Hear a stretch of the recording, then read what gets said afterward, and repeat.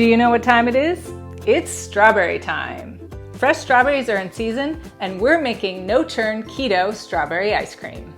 This recipe originally comes from my first cookbook, The Everyday Ketogenic Kitchen.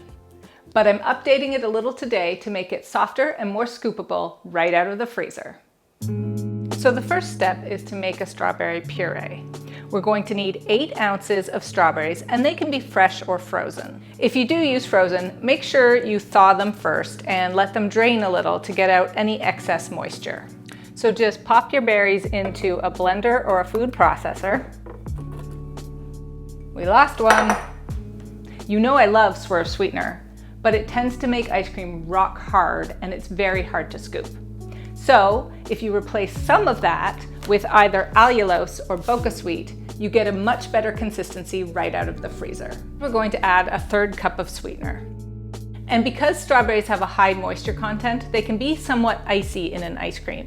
So I'm actually adding 2 tablespoons of vodka. Now that is optional, but it does help reduce the iciness. And then blend them up. You can blend them completely smooth, or you can leave a couple of chunks if you like.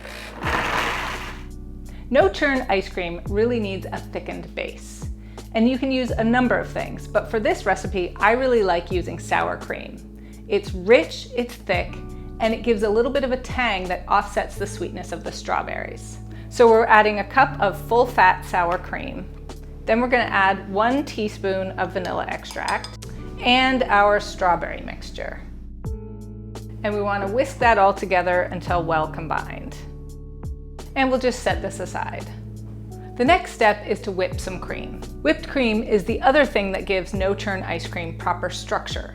It also provides airiness and lightness similar to churned ice cream. So we take 1 cup of heavy whipping cream, and we're gonna add a little more sweetener. I'm adding 1/3 cup of powdered Swerve. And we'll just beat that together until it holds stiff peaks.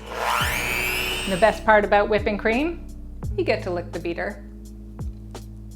And now we can take our strawberry and sour cream mixture and fold it into our whipped cream.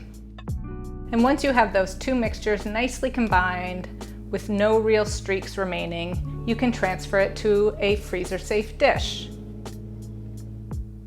And now we can put our keto strawberry ice cream in the freezer.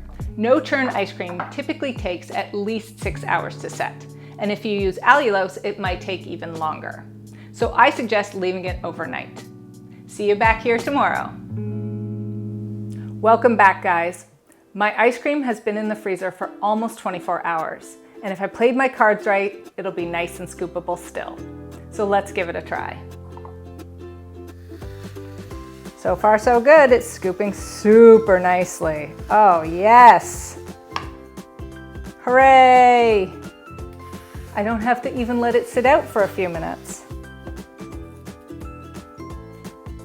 Look at that. Beautiful, no-churn, scoopable keto ice cream. Let's give it a taste.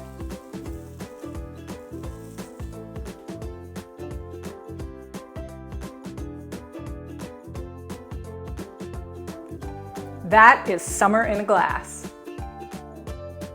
Now go make the most of strawberry season. For this delicious keto ice cream recipe and so many more, please check out alldayidreamaboutfood.com.